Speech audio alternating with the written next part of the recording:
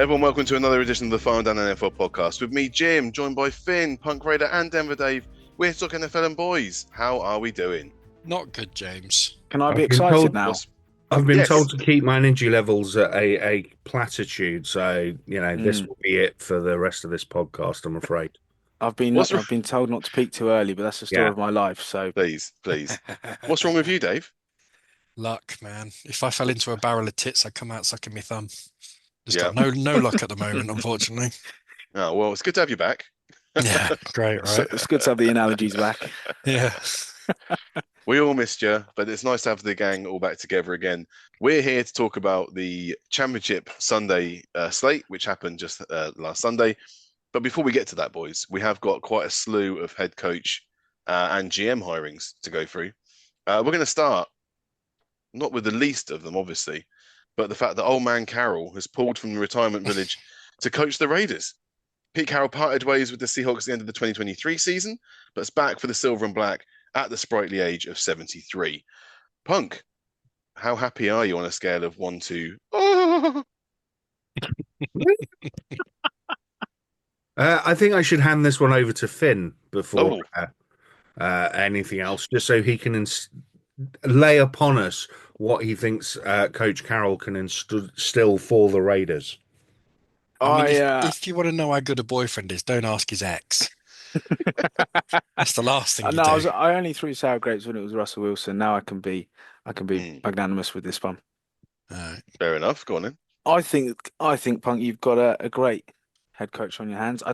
Obviously with his age, he's not there for the long haul and the long rebuild, but particularly in the short term, he is fantastic with any rookies, and you're going to need a lot of rookies with the rebuild that you're going to go through, and he's going to get the most out of them. I'm sure he would prefer to be in Navy, but that time's gone, so Silver and Black it is for him. I have to say, it makes perfect sense to me, this hire. We've tried the nostalgia with Gruden. We've tried giving the young up-and-comers their chances. So now it's time for someone serious, shall we say. I'm not worried about his age, because let's be honest, Pete Carroll's still about 35 and probably could run rings around all of us. So I don't think age is actually an issue. Everywhere he's been, he's built a culture, he's built a team. He's not going to be there for the long term, so he's obviously come in with the thought in mind of working with Brady and Spytek to actually just put foundations in place to take the Raiders back to the glory days and up where they belong. Sick. The other good thing about it is that if you look at all the coaches in the AFC West now, my God, there's some good coaches. They are going to be some fun games next year. Yeah. So yeah, overall I'm very happy. I think I said maybe in a conversation off air last week or the week before that I'd prefer a bit of experience rather than going with a Ben Johnson or someone. So to me, you can't get much more experience than Pete Carroll. Amen to that. Yeah. I think the thing is, he's only 9 years younger than Biden, but there's more than 9 years between them, if you get what I mean. Oh, definitely. I think his faculties are slightly more intact than Biden. Just a little bit, I'd say. With those muscles, with the amount of gum he chews, he's got the jawline of a 30-year-old. The way he keeps going. At the same time, most Hall of Fame coaches have retired 20 years before Pete Carroll is now. And the other elephant in the room here is that this guy had no phone calls, probably none from his kids either, in the retirement village until the Raiders decided to come back. What are you going on about now? See, you always do this, Jim. You always have to try and put some weird spin on You stuff don't know that. that just doesn't exist. No need. The worry for me is it usually takes until after the draft Why to get are into you his worried Raiders about the Raiders at all? narrative. The only reason you should be worried about the Raiders is when we take your playoff spot next year. You can take our players like Russell Wilson. You can take him away. That's fine. Not players. Playoff spot. No, look. You can take Russell Wilson, but you can't take our freedom. All right. And I just worry that to be fair, every year it's the same. Back. Yeah, every year it's the same thing. Punk gets into we're going to win the Super Bowl after week one. Just let him have it. But you have to say, that's a bit early. The whole point of being a fan. Just saying it's a bit Jim, early. I don't know where you were going to go with. Hope. What's the point? I love the energy in the room. Jim, I don't know where you're going with your point about the draft, but we've seen from past drafts of the Seahawks, yes, obviously there's a GM involved as well, but Yeah. Carroll does Schneider. draft well. Yeah. It's not his job to draft. Who's your? What do you mean? He's going to have a contribution. It's Vitek, so the guy that came over from the Buccaneers. The Buccaneers. Yes, of course it is. So you got a GM who's never drafted anyone. That'll be interesting. Absolutely, but we've also got that's not intended as everybody. That's not intended as a negative, by the way. No. And Tom Brady has worked with him over his time in Tampa, so it's not like we're going in blind. Tom Brady is part of that great Patriots organization that was brilliant at drafting. Excellent. No, I'm throwing shade. It's exciting times with the Raiders. If you think Brady had anything to do with drafting while he was in New England, and if you think Brady's got anything to do with drafting this time, then you're having a shock. Well, I don't think he's got anything to do with drafting, but I think he's probably had a word with his mate from Tampa and gone, actually, you do a good job. Let's get him over. Excellent. I think it'll be interesting. The thing is, it's exciting times, but I think it's interesting. Look, no one's turning around and saying we're going to win the whole lot next year. Well, not yet. Well, you're not yet. Wait till after the draft for that. But I think this to me is positive. We get to see him go head to head with Harbaugh again. We get to see him go head to head with Andy Reid, and head to head with whoever the other coach is that turns up this week. Someone. Yeah. I don't know who. Can I just say that this is meant in the nicest possible way, and it genuinely is. But your organization ain't until you sort it out quarterback. But yeah, absolutely. You can bring in a former Super Bowl winner, but at least there'll be a culture change. I'm not expecting Pete Carroll to be after every win in the locker room smoking cigars and jumping around to a bunch of hip hop. You know what I mean? You never know. Retirement might have hit him hard. Maybe. It's all those lacquer calls he was getting, I suppose. Yeah, you couldn't see Marshawn Lynch in the room, so that's not good. Let's move on to the next one then. So, after an extensive search that included calling Deion Sanders, basically probably to satisfy the Rooney rule and get some column inches of Dallas during the championship weekend, then scouring the building, Jerry Jones found his new head coach, probably hiding behind a chair, in Brian Schottenheimer, defensive coordinator that wasn't calling plays last season for the Cowboys. Jerry has his next Jason Garrett secured. What do we think, guys? Did you see the Jerry interview afterwards? Yes. What a clip! It was my favorite bit was this is people say I just want a yes man, but this is risky. I'm not just going for the safe option. I'm picking a guy who's never even never been a head coach ever. What he's basically saying is I've picked an idiot. I've picked a moron. And that's how risky I have no idea. That is risky. What's going to happen? I think that's a bit harsh. I don't think you call Schottenheimer a moron, but I think it's definitely a bit left field. Can you say he's not a moron? We don't know. I'm not. I'm saying you cannot make judgment one way or the other at this moment in time. Have you seen his resume? All I said doesn't matter. All I've said is that matters. What do you mean the resume doesn't matter? Kellen Moore's a trusted advisor, so come on. If resume mattered, then anyone who's been a good coordinator would be a good head coach, and it's not. This is true. Play calling's one thing.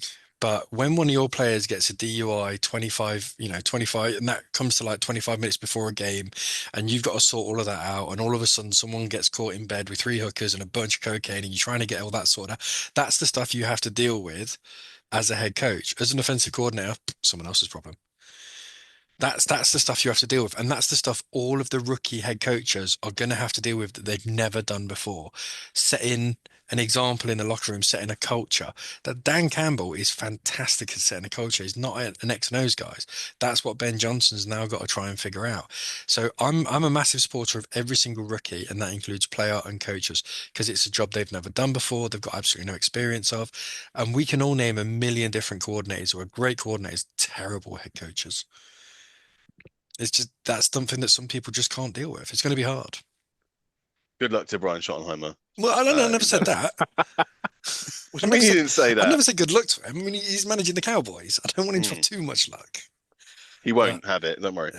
Yeah. There's only one direction he can go. So yeah. And he would have learned a lot from his old man. So there would have been, not that Mike Schottenheimer was exactly a Hall of Fame head coach or anything, but he would have learned a lot. He wasn't bad. No, he wasn't bad, but wasn't amazing. I think he would have earned a lot. He wouldn't have learned a lot on the way. Okay. Okay, and the last head coaching hire that we've got for this week in a game of will he, won't he? Oh, he actually has. The Jacksonville Jaguars have bagged Liam Cohen from the Buccaneers. The Bucks weren't happy about this as they were trying to lock him down to a new contract, but Cohen turned up in Duval Duval. to walk awkwardly Oh. round the facility and then give a press conference more weird than Adam Gase's. Yeah.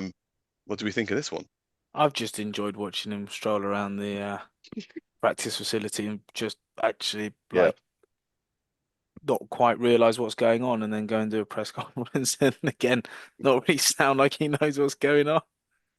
It does sound like his agent has just pushed him for a job, then he's got no clue about it. He's just been Yeah. told to turn up at a certain place at a certain time for some reason. And all of a sudden it's like, oh yeah, and by the way, you're And if now anyone asks, coach. just say Yeah. Duval. Exactly. How do you say it again? Do you? How'd you get that wrong? It felt like a skit from the US Office. Do you Yeah. know, where someone has to go in and just be super awkward and think he's absolutely nailing it, while Mm. everyone's looking out the side of their eye going, "What the?" Yeah. I mean, at least he knew. There's been another video where he's at least meeting the players and actually knew them by face, so that was quite nice. That would Quite be a how good he, start.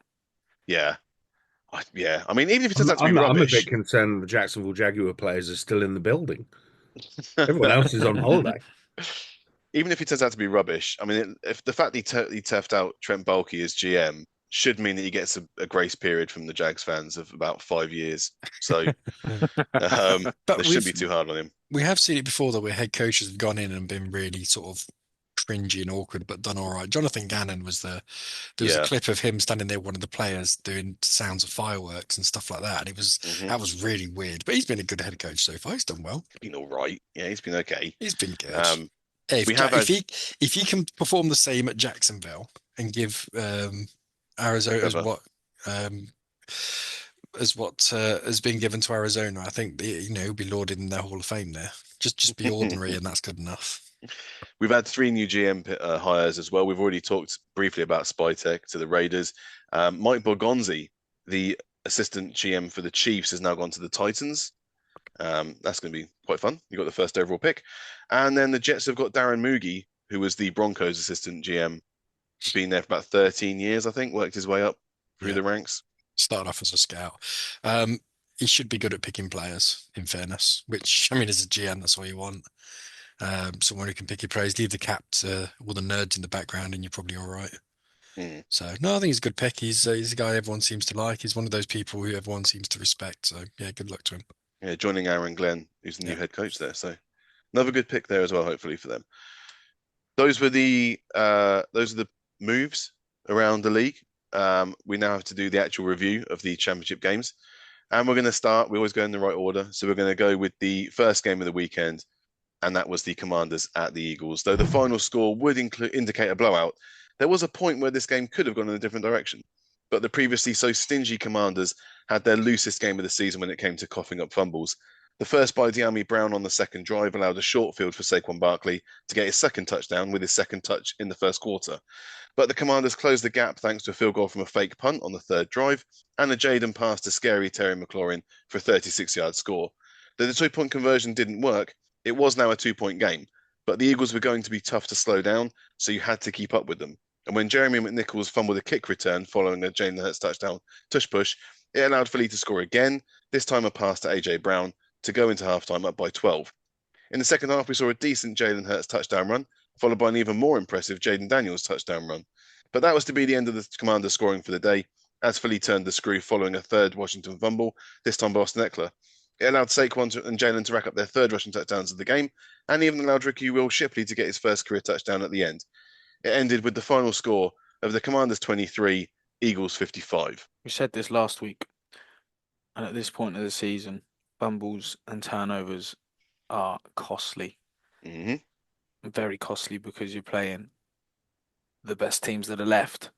And this is exactly like you said, Jim. I mean, Washington, I thought, started the game really well. They had Yep. that good opening drive. Would have been a shame. They would have been gutted that they only came away with a field goal, but they still sort of went out and did what they intended to do, in that they wanted to shut up the Philly crowd. And they did that until, obviously, they gave the ball to Barkley the very next One drive. play later. One Yeah. play later. But in But they terms of picked up a couple of fourth downs, didn't they, on that first drive, which was Yeah. important to show Yeah, they would keep going and they they kept would things move it. moving.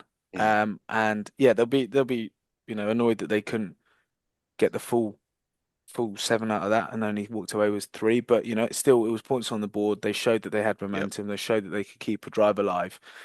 But I mean, Saquon's done this all season long and just said, "Don't worry, boys. Here I come. Hold my beer," and just put the team on his back. And Washington have been susceptible to the run all season, and I mean, the first run that Saquon had, they would have been going, right, he's gone for 60 yards, he's broken like 3 tackles.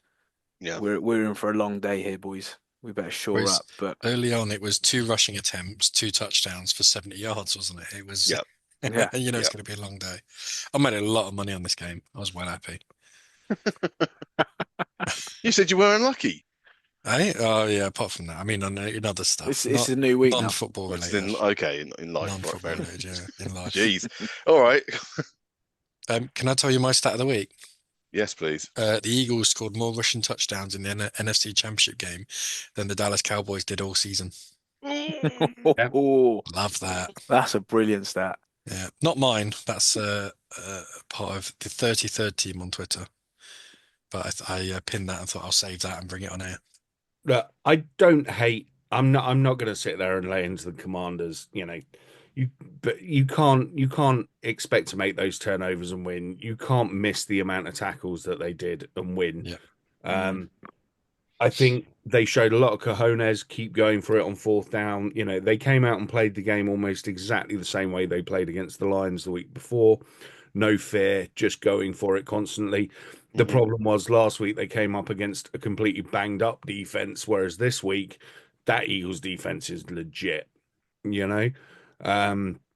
Zach Bourne's peanut punch for the first turnover was just a thing of beauty because he's not even punched the ball. He's just punching the De'Ami Brown's hands to make it come loose. And it's like, what do you do about that? I think Daniel still played well. I was a bit disappointed in his supporting cast.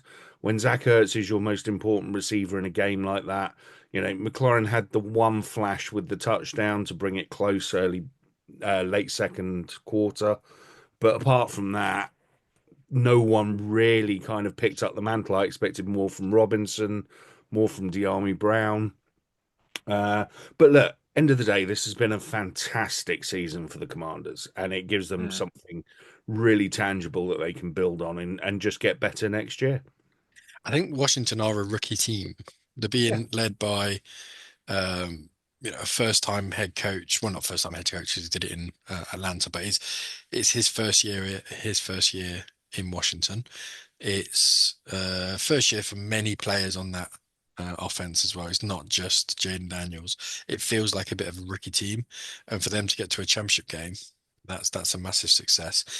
Going back to the Zach Bown punch. The amount of people on Twitter, by the way, who were saying that punches like that should be thrown out of the game. Shut up. These are just people who don't watch regular season games, isn't it? Exactly. I mean, my favorite player actually was playing for the Commanders. I thought Frankie Louvu was amazing. He was everywhere, wasn't he? Absolutely everywhere. Using Three the encroachments technique of launching himself over the top to stop the tush push and all the rest of it. In fact, the call about the referees will give award a touchdown. That's only ever happened once in recorded history, and that was in the 1954 Cotton Bowl. Were you there? No, unfortunately not. Rude. I have seen the footage though, and it was playing? when it was Rice against Alabama. And the Rice running back is pretty much clear, running down the right sideline, and some lad from Alabama has just literally run on the pitch and tackled him from the bench. And then run back to the bench. Nice. Roll Tide. What a legend. They awarded a touchdown, but that's the only time it's happened, apparently. And Bo Nix was the quarterback. Yeah, probably. More likely than not. Yeah. But yeah, I mean, look, Philadelphia played as we know Philadelphia can. They did all the right things. Jalen Hurts looked accurate. He looked back to his normal self. Whether last week and the week before was just due to the concussion or just not quite feeling right or whatever it may be. Yeah, he seems in good fettle now. So, yeah, interesting thing for the Eagles to be there, considering going into the season, a lot of people were calling for Sirianni's head. A lot of people still are, in fairness. True. I think the thing that they did really, really, I'm going to boil it down to its easiest, lowest common denominator. When Washington put an extra man in the box, they threw it over his head, and when they pulled him out of the box, they ran it. It was Exactly. Yeah. it wasn't Simple hard. They football. played too high safety. We're just going to run it down your throat and get 15 yards. At the end of the day, defense wins championships, and the Eagles have probably the best defense out of the 4 teams that Yeah, play. I agree with that. I think the point as well, going back to Jalen Hurts looking more his usual self, I think there's an element of him sort of losing that potential concussion and being sort of let loose a bit more, but also the receivers seem to get involved a bit more this game. They seem to just be there or thereabouts last few weeks, but weren't really getting involved too much and making things happen. But in this game they came up and made some big plays when it mattered. AJ Brown getting the touchdown, so I think that as well has sort of boosted, and it's going to make it, particularly for the Eagles, they're going to be glad to see that because then they've got more dynamic offense. Yeah, Particularly looking forward to the Super Bowl. I agree. It feels like the last few weeks they've been relying on Dallas Goedert an awful lot just to kind of be the receiving game. And, both Brown and Devontae Smith had really good catches in this game. So, yeah, I think it just felt like the Eagles were back to being the normal Eagles, whereas probably the couple of weeks prior they've been a bit off. AJ Brown's had more now Super Bowl appearances than Treylon Burks has had touchdowns. Also what's funny, AJ Brown has had more motivational speech books sent to him than anyone else in history. His agent came out and said, "Stop sending us books. Please just stop sending us books." Yeah, it's a real shame for the Commanders. They're a great season, but no, it's not. It's a shame. It's a shame for us. I feel like we got robbed of a competitive game. It's not a shame for the Commanders. It's a success for them. They had a brilliant season. They were doomed the minute that Punk picked them to win this game. In the no, I'll take part of that blame as well. If I'll I'm take honest. some of it as I'm well. bloody cursed. I only did it because I thought you lot would go for the Eagles. I didn't actually think they'd win. Well, no, common sense, and I said, last week, common sense says go for the Eagles, but you want a bit of something new at times, and something that had never there was been only one before, chance of an upset. A rookie quarterback getting into the Super Bowl. Yeah, never been done. If anyone's got a chance to do it, Jaden Daniels is playing well enough to do it. So why not?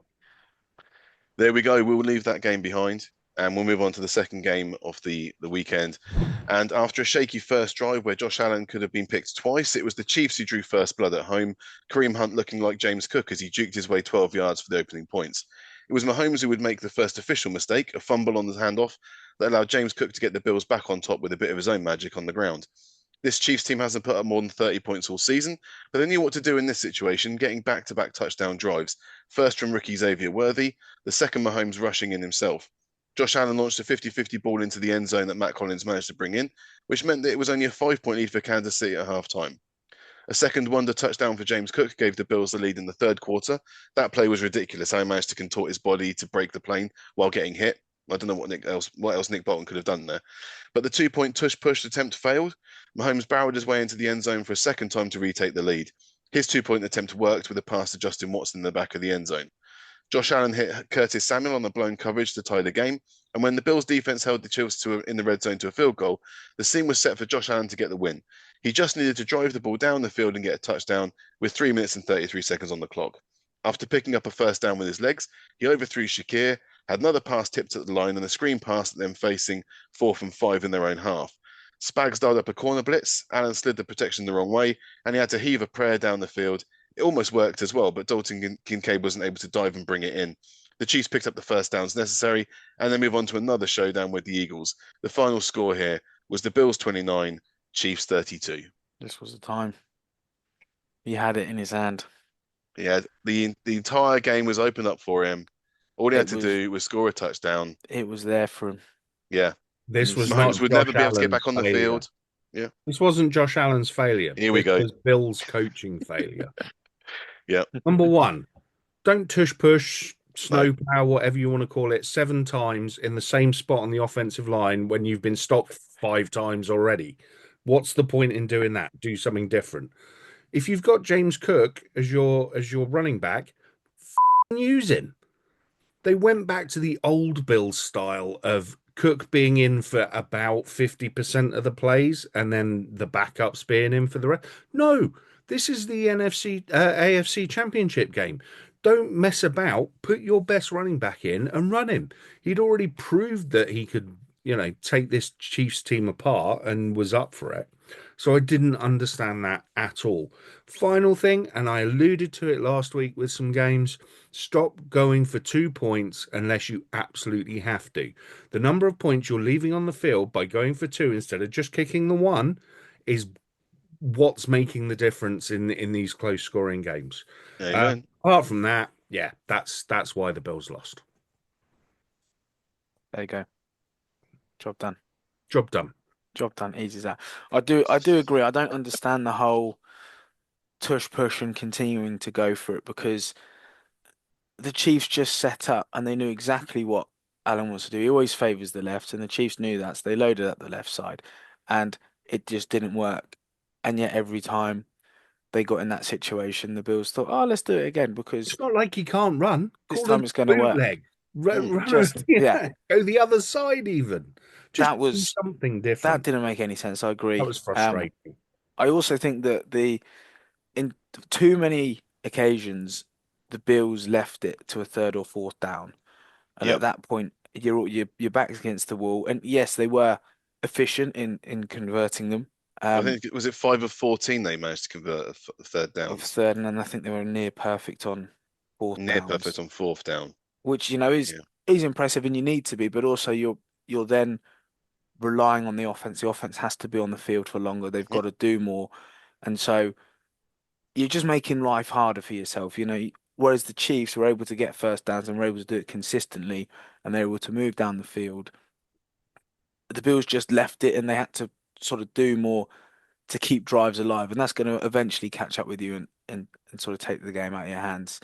But I thought the Chiefs, I thought Andy Reid coached a great game at the start, particularly, and until the fumble, the Chiefs just were moving the ball with absolute ease. The run pass options that they had just left the Bills so confused, and they just couldn't defend it. And then before they know it, there's someone in behind. They've got another 1st down and change the move. So I think from that point of view, the Chiefs, and what Mahomes is like, and Kelsey when it comes to a playoff game, they just turn up frustratingly. Kelsey didn't. He wasn't. He wasn't there to be seen. But he's still taking the eyes off. He has an impact on the game in that way. But look at the stat sheet, and he's nowhere. 2 catches for 19 yards. But it's literally a case of Mahomes spreading the ball around, the Bills' defense not being good enough. They lost. Oh, who's the cornerback? Someone got injured quite early in the first quarter, and they never recovered. Never recovered from that at all. The tackling in the run game was poor. I think, honestly, I think the Bills lost this more than the Chiefs won it, but the Chiefs still got that helping hand. I think this is a coaching issue. Sean McDermott being bad, yeah. I think it's a coaching issue.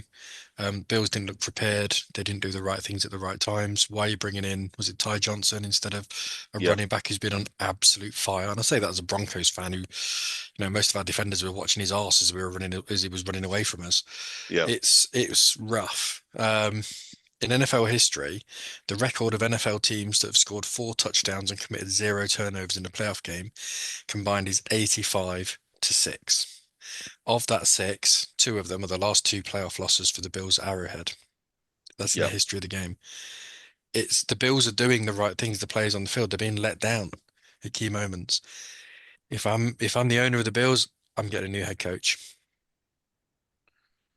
I don't know if you can go that far. That's the problem. Now, I agree with you that, you look at the coaching in the last couple of games that they've played at Arrowhead and you kind of go, what the hell are you doing? Why are you changing what you've been doing the rest of the season? I'm not sure that's enough to go sacking your head coach. Oh, we're only 12 months removed of him being on the hot seat anyway, and he had to come in and have a season where he was going to reprove himself.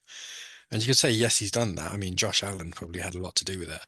Let me put it this way: if we did a power rankings of head coaches, is he in anyone's top 10?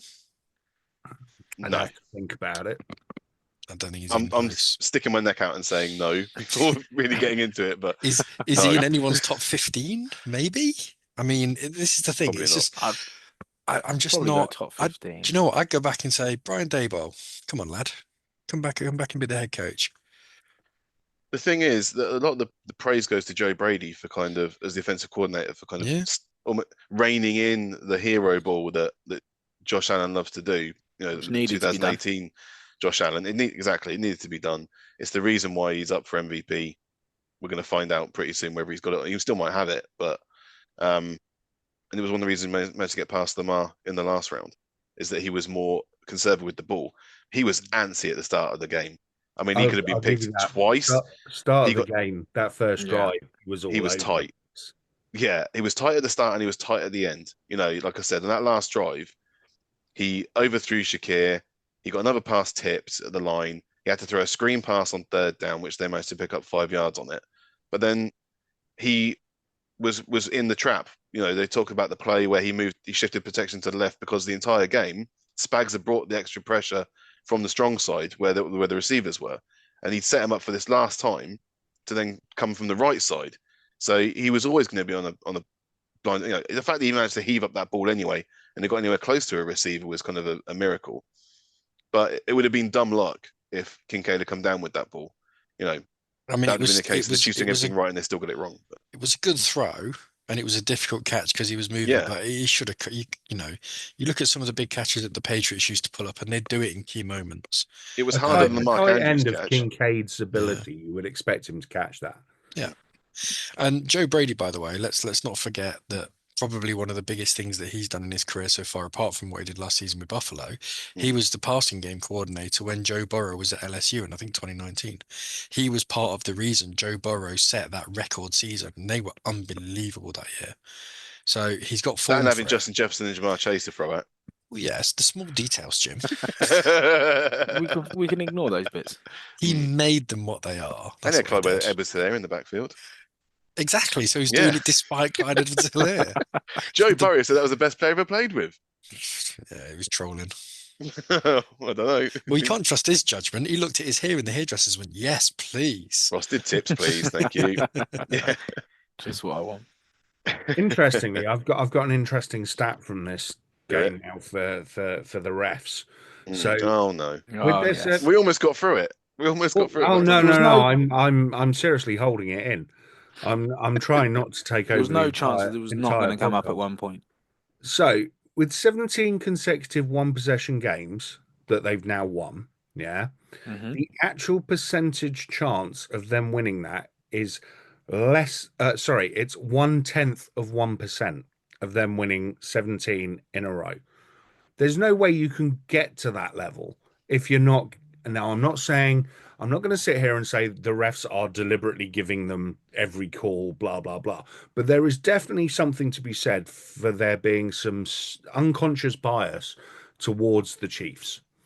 That fourth down spot that was also a first down on third down, the catch that, according to the rules, should have been an incomplete pass that was a 21-yard gain. Yes, there was a flag on the play and this, that, and the other, but it does change the dynamic of the drive. So there are these little things in every single Chiefs game that you can look at and go, what the hell's going on? But they Which still had a is chance why to I win the would- game. I would agree. But the Bills had the opportunity to win the game. They had the drive. Oh, yeah, They no, had- absolutely. And, it was and also- that's the most annoying part is that if the Bills had coached properly, had the right personnel at the right times, and played properly, they would have won that game. And they That's the would same for have the other won it 16 games. Then they had a one possession win. The Chiefs have built themselves to win tighter games. They're not going out there and trying to score 50 points every game. They have the they've 1% invested of in a the chance for them defense. to have done what they've done. You Yeah, can't okay. do that. They've invested in the Yeah, but the defense, most and they have impossible Patrick point- Mahomes. The point is that they're not being given the win by the refs. No. The point But- is, but at Bloody certain helps. moments, when all there's these, calls going all in these their little favour, things accumulate into their favour. if they get an extra first down, Hmm. that's going to be a big boost. If you've got Mahomes, if you go, I hear you, Mahomes, have another go, mate. He's going to do a lot more with that other go than any other quarterback. Mm. That's the point. If you Yeah, take the Bills if you off give the if you give field, Max Verstappen a head start, yeah, it's going to rinse everyone even more than he already is. Doesn't necessarily mean that's the only reason he's going to win. I was talking to Punk about this midweek, and so there was a podcast I was listening to. I forget what it was, and they went back and looked at how many pre-snap motions. So this is false starts and potentially illegal shifts they've had throughout the entire season that could have been called. This isn't including the AFC Championship game. Do you know how many pre-snap motions that because their left tackle always starts far too far backwards and jumps way before the ball snap? That's happened a lot this season. Do you know how many individual flags could have been thrown? Could have been 109. that's how many missed calls there have been. Well, that's how many potential missed calls because every team gets missed calls. Every team gets them. Yeah. They had 109. That's 109 occasions where instead of being 1st and 10, it should have been 1st and 15. Instead of being 2nd and 3, it should have been 2nd and 8. All that, that's a lot. And I'm not saying there's a pattern. I'm not going to sit there and go, it's all fixed, blah, blah, blah, blah, blah. But we are watched the all other aware. team as well. We might come up with like 90 or something, of pre-snap. I'm very, very. I You actually just very don't thought know. the ref- Have you done it? You don't know. I have actually. I actually thought the refs were quite bad Finesse. in the Philly Washington game as well. It Mm. looked to me like Philly were getting a lot of calls that Washington weren't, and there was taunting stuff going on, and Travis Kelce getting in people's faces, and any other team that's a 15-yard penalty straight off. But it would have been Without on the even talking kickoff. about It would have been. Yeah, Yeah, it would have been. no, Yeah, but if but it's all these 15 little yards- things happening. that add up. If it's Yeah, 15 fine. yards on the kickoff, instead of being at the 30, you're starting at the 45. All you need is one decent run, and you're in field goal position Yeah. straight away. So, there's the possibility that it makes not the possibility. When the refs are blowing things in your favor, it makes things a little bit easier. But it doesn't detract away from the fact that yes, Mahomes is good, blah blah blah blah blah. But ultimately, it makes things easier, and it makes it a lot more difficult for it makes an already difficult task more difficult to overcome. I just think it's overblown. I think that the refs try. And you're they're entitled trying to that to be opinion. right. They are Um, trying to do it. I think they're trying to Okay, give the Chiefs an edge. okay, but incompetence. Normally when you're spotting the ball, I've always felt this that the refs always they shortchange anyone that's on offense. They always That's think not the knee's true. gone down earlier than it has. I They usually disagree spot. with They that. usually.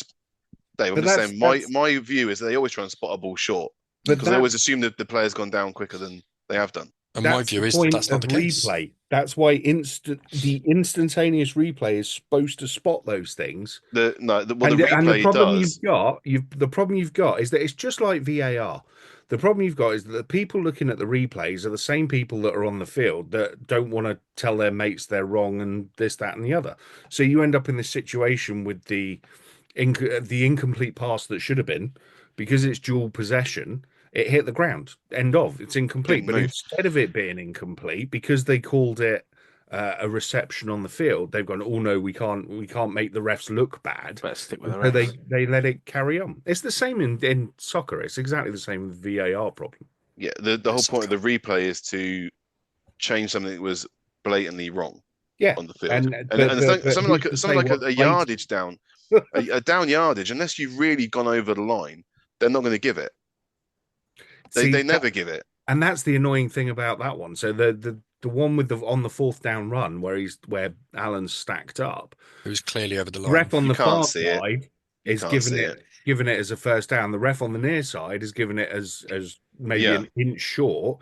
But the problem is that because the run happened to take place closer to the left hash mark, the guy who's got no clue where the ball is the one whose mark they take. Even though he's on the blind side. That's insanity to me. That's absolute insanity. But Jim, you're perfectly valid to have the point of view that you don't think it matters, in the same way that our view of we think it does matters has equal validity. You're allowed to have that view, and that's fine. Yeah, it's not fine. just an AFC West thing. It's not a we hate the Chiefs thing. It is a bit. I think No, it's not an AFC West thing. It's a we hate the Chiefs thing. It's a we hate the Chiefs thing, but we hate the Chiefs because of the ridiculous stuff that they're doing. Do you know, I'm gonna cycle back from that. It's not a we hate the Chiefs bit. Do you know what it is?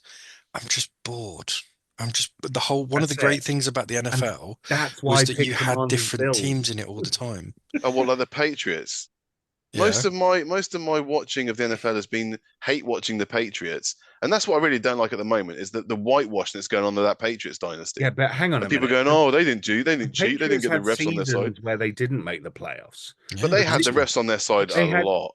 Yeah, no, absolutely, I agree with you. I mean, look at the tuck rule. How long have I been banging on about that? I was definitely going forward.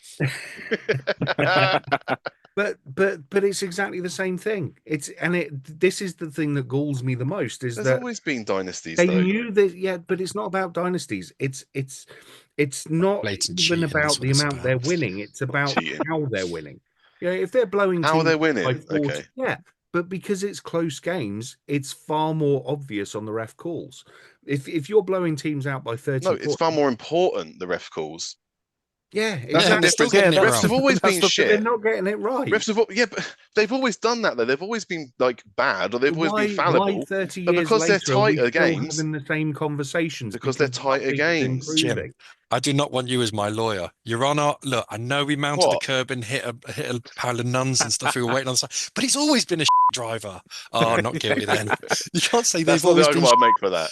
You can't say he's always been. You're trying to say the refs have got together in a darkened room and gone, "Oh, we love the Chiefs." That's not what we've said at all. How many times have I said unconscious bias? You just I would love for there to be some evidence and someone to come out and go, "Here's some videotape of the refs being paid by X, Y, Z," but that's not going to happen. That's not illegal anyway. What? Them getting paid by? Yeah, it's not illegal because the NFL is classed as sports entertainment, which means legally they can fix it. No, I'm just saying. I'm not saying that it is fixed. I'm just saying that technically it is. Charity, aren't they? Yeah, but that's part of it because they're registered charities. You're trying to do the WWE thing. That's not true at all. It is true. It's not true. It fundamentally is true, Jim. Just because you don't understand it.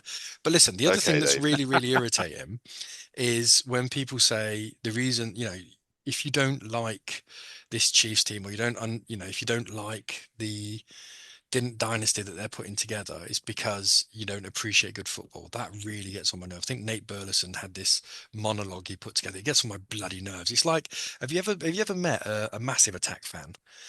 They always think, oh, it's not that you don't like Massive Attack, it's that you don't understand them. No, that's what it is. I just want change, something a bit different. Exactly. Okay. But well done to the chefs for not well done to yet another Super Bowl. I can't wait for this one. Yeah. We're going to be doing the preview next week, obviously, leading up to Super Bowl 49. But yeah, we're not going to do our picks just now because we know what you two are going to do anyway. You do mine. Not about Finn, but I was going to say you can take mine now if you want. I'm going Arizona. I'll even tell you how and why. But oh my god. Okay, well, we're going to be back next week doing that. But in the meantime, make sure as you got this far, you're going to be subbing to us on patreon.com/finaldown. You don't have to pay, but you can, if you want to help us out. And of course on social media and YouTube and that kind of stuff as well. Check out Final Down. And that'd be very nice of you to do so. But until next week, I've been Jim, that's been Finn, that's been David, that's been Hunt Raider. Thank you very much for listening.